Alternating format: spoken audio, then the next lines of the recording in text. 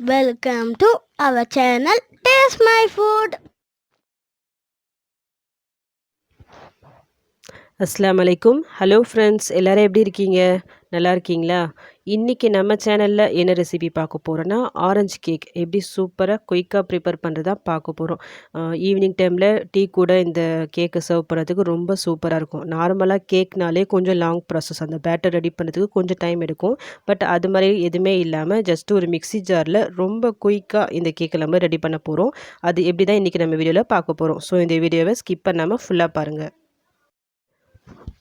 இதுக்காக நான் ஒரு 2 ஆரஞ்சு, அதாவது கமலாப்பழம் இருக்குது பார்த்தீங்களா, அது 2 எடுத்துருக்கேன். ஃபஸ்ட்டு இதில் நம்ம இந்த தோல்லாம் எடுத்துட்டு நம்ம உரிச்சு எடுத்துடலாம்.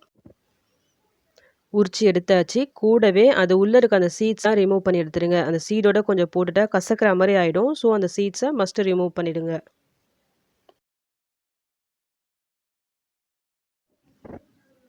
நெக்ஸ்ட்டு ஒரு ஆரஞ்சுக்கு ஒரு முட்டை சொல்லிட்டு நான் 2 ஆரஞ்சு எடுத்திருக்கேன்ல, ஸோ 2 முட்டை எடுத்திருக்கேன். இந்த முட்டையை இந்த மாதிரி உடச்சி எடுத்துருங்க.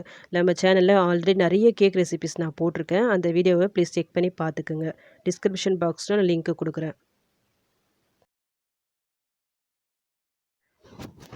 நெக்ஸ்ட்டு ஒரு மிக்ஸி ஜார் எடுத்துக்கோங்க. அதில் வந்து எண்ணெய் சேர்க்குறேன். நார்மலாக நம்ம குக்கிங்க்கு யூஸ் பண்ணுவோம்ல, ரீஃபைண்ட் அதுதான். அது எந்த அளவுக்குன்னா, 1/2 கப் அளவுக்கு நான் சேர்க்குறேன். அதுக்கு பதிலாக நீங்கள் உருக்குன நெய் இல்லைன்னா பட்டர் கூட நீங்கள் சேர்த்துக்கலாம். இப்போ நம்ம சுகர் சேர்த்துக்கலாம். சுகரை பொறுத்த வரைக்கும் 3/4 கப் அளவுக்கு சேர்த்துக்குங்க. நெக்ஸ்ட்டு இந்த கட் பண்ணி வச்சுருந்த இந்த ஆரஞ்சு ப்ளஸ் இந்த முட்டை இதில் போட்டுட்டு நல்லா ஃபைனாக அடித்து எடுத்துக்கோங்க.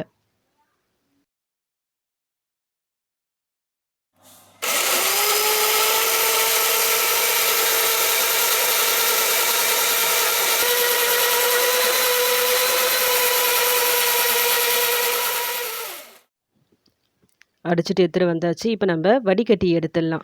இது வரைக்கும் நம்ம சேனலை சப்ஸ்கிரைப் பண்ணாதவங்க ப்ளீஸ் சப்ஸ்கிரைப் பண்ணிக்கிங்க. அப்படி நீங்கள் சப்ஸ்கிரைப் பண்ணும்போது பக்கத்தில் பெல் ஐக்கான் இருக்கும். அதை கிளிக் பண்ணி ஆல் சொல்லிட்டு ஒரு ஆப்ஷன் வரும். அதையும் கிளிக் பண்ணி வச்சுக்கோங்க. அந்த மாதிரி நீங்கள் கிளிக் பண்ணி வைக்கும்போது தான் நான் அடுத்தடுத்து போடக்கூடிய வீடியோஸ் வந்து உங்களுக்கு நோட்டிஃபிகேஷனாக வரும். இந்த வீடியோ உங்களுக்கு பிடிச்சிருந்தா லைக் பட்டனை ப்ரெஸ் பண்ண மறந்துடாதீங்க. இப்போ நம்ம மாவை சலிச்சு எடுத்துக்கலாம். இதுக்காக நான் ஒரு கப் அளவுக்கு மைதா எடுத்திருக்கேன். மைதா சாப்பிடாதவங்க அதை ஸ்கிப் பண்ணிவிட்டு அதுக்கு பதிலாக தாராளமாக கோதுமாவும் யூஸ் பண்ணிக்கிங்க. இது கூடவே ஒரு ஸ்பூன் அளவுக்கு பேக்கிங் பவுடர், ஒரு 1/2 ஸ்பூன் அளவுக்கு பேக்கிங் சோடா, இது எல்லாத்தையும் நம்ம சலிச்சு எடுத்துக்கலாம். சலிச்சு எடுத்த இந்த மாவில் நம்ம ஆல்ரெடி அரைச்சி வச்சிருந்தோம்ல அந்த ஆரஞ்சு ஜூஸ், அது நல்லா போட்டு கொஞ்சம் கொஞ்சமாக போட்டுக்கோங்க. மொத்தமாக போட வேணாம், கொஞ்சம் கொஞ்சமாக போட்டுட்டு எந்த லம்ஸும் இல்லாமல் மிக்ஸ் பண்ணி வச்சுக்கோங்க. இப்போ இது எல்லாம் நல்லா மிக்ஸ் ஆகிடுச்சு. இப்போ நான் இது கூட ஃபைனலாக ஒரு 1/4 கப் அளவுக்கு கார்ன்ஃப்ளவர் சேர்க்குறேன். சோள மாவு. இது வந்து ஆக்சுவலாக மைதா கூடயே சேர்த்துருக்கணும். நான் அந்த டைமில் மறந்துட்டேன். அது இப்போ தான் எனக்கு ஞாபகம் வந்தது. ஸோ நான் ஃபைனலாக ஆட் பண்ணிட்டேன். ஸோ நீங்கள் என்ன பண்ணுறீங்கன்னா, மைதா வந்து சலிச்சு எடுக்கிறீங்களே, அது கூடவே இந்த கார்ன்ஃப்ளவரும் போட்டு சலிச்சு எடுத்துக்குங்க. ஒருவேளை உங்கள் வீட்டில் கார்ன்ஃப்ளவர் இல்லைன்னா நீங்கள் மொத்தமாக 1 1/4 கப் அளவுக்கு மைதா சேர்த்துக்குங்க, சலிச்சு சேர்த்துக்குங்க. இப்போ இது வந்து எந்த லம்ஸ் இல்லாமல் நல்லா மிக்ஸ் பண்ணி வச்சுக்கிங்க. அவ்வளோதான், இப்போ நம்மளுக்கு கேக் பேட்டர் ரெடி ஆகிடுச்சு. இப்போ நம்ம கேக்கை பேக் பண்ணி எடுத்துடலாம். நான் நார்மலாக எப்போவுமே குக்கரை தான் கேக்கை பேக் பண்ணுவேன். ஸோ ஃபஸ்ட்டு நான் என்ன பண்ணிட்டேன்னா, எண்ணெய் போட்டு ஃபுல்லாக நல்லா கிரீஸ் பண்ணி எடுத்துட்டேன். அதுக்கு மேலே கொஞ்சமாக மாவு போட்டு இந்த மாதிரி ஃபுல்லாக டஸ்ட் பண்ணி எடுத்துட்டேன். இப்போ ரெடி பண்ணி வச்சிருந்த அந்த பேட்டரை இதில் நம்ம ஊற்றிடலாம். நீங்கள் இதுக்கு பதிலாக நார்மலாக டிஃபன் பாக்ஸ்லாம் இருக்குது பார்த்தீங்களா, உங்கள் வீட்டில் கேக் டின் இருந்தால் அதை யூஸ் பண்ணுங்கள். அது இல்லைனா டிஃபன் பாக்ஸோ இல்லை ஒரு பெரிய பவுலோ வச்சுட்டு குக்கரில் வந்து ஒரு சின்னதாக ஒரு மூடி வச்சுட்டு அதுக்கு மேலே அந்த பவுல் வச்சுட்டு கூட நீங்கள் பேக் பண்ணலாம். இப்போது இது எல்லாமே இந்த மாதிரி 2 3 நல்லா டேப் பண்ணி விட்டுருங்க இந்த பேட்டரை ஊற்றிட்ட பிறகு. ஸ்டவ்வில் குக்கர் வைக்கிறதுக்கு முன்னாடியே உங்கள் வீட்டில் பழைய தோசைக்கல் இருக்கும் பார்த்தீங்களா, அது ஒரு 10 நிமிஷம் முன்னாடியே ஸ்டவ் ஆன் பண்ணிவிட்டு நல்லா சூடாக்கி வச்சுருங்க. அதுக்கப்புறமா நீங்கள் அந்த குக்கரை வைங்க. இப்போ இந்த தவா வந்து நல்லா சூடாயிடுச்சு. இப்போ நம்ம இந்த குக்கரை வச்சிடலாம். லோ ஃப்ளேமில் வச்சுக்கிங்க, ஹையில் வச்சிடாதீங்க. பேக்கிங் டைமை பொறுத்த வரைக்கும் 45 நிமிஷத்துலேருந்து ஒரு 1 1/4 மணி நேரம் வரைக்கும் டைம் எடுக்கும். அவங்கவுங்க யூஸ் பண்ணுற அந்த பேனை பொறுத்து டைம் டிஃபர் ஆகும். எனக்கு கரெக்டாக 45 மினிட்ஸ், அதாவது 45 நிமிஷம் எனக்கு டைம் எடுத்தது இது வேகிறதுக்கு. இது எப்படி செக் பண்ணுன்னா, ஒரு டூத் பிக்கோ இல்லை ஒரு கத்தியை வச்சு உள்ளே இன்சர்ட் பண்ணி பாருங்கள். எதை ஒட்டாமல் வரணும். கேக் வந்து ரெடி ஆகிடுச்சு.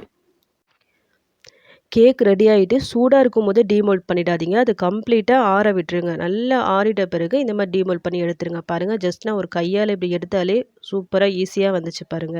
இப்ப நம்மளுக்கு ரெடி ஆயிடுச்சு. ஆரஞ்சு கேக் எவ்வளோ கலரே சூப்பரா இருக்கு பாருங்க. அதுக்கு கீழ மட்டும் கொஞ்சம் நம்ம அந்த மாவு போட்டு டஸ்ட் பண்ணோம்ல, ஸோ அது கொஞ்சம் பிடிச்ச மாரி இருக்கும். அது ஜஸ்ட் கையாலேயே உங்களுக்கு இது மாரி எடுத்து விட்டாலே அது எல்லாமே வந்துரும். பாருங்க எந்த அளவுக்கு நல்லா சாஃப்ட்டா சூப்பரா வந்திருக்கு பாருங்க. அவ்வளோதான். இப்ப நம்மளுக்கு ஆரஞ்சு கேக் ரொம்ப குயிக்கா நம்ம ரெடி பண்ணிட்டோம்.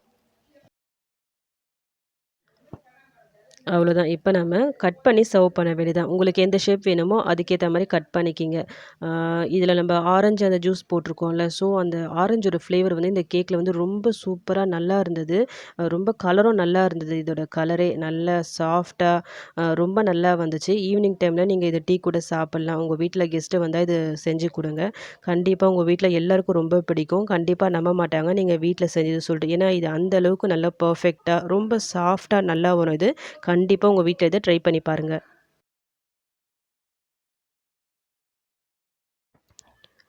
நீங்க பிகினர்ஸா இருந்தா கூட தாராளமா ரொம்ப ஈஸியா இந்த கேக்க ப்ரிப்பேர் பண்ணலாம். அப்படி நீங்க ட்ரை பண்ணி பார்த்துட்டு எப்படி வந்துச்சு சொல்லிட்டு எனக்கு கமெண்ட் பண்ண மறந்துறாதீங்க.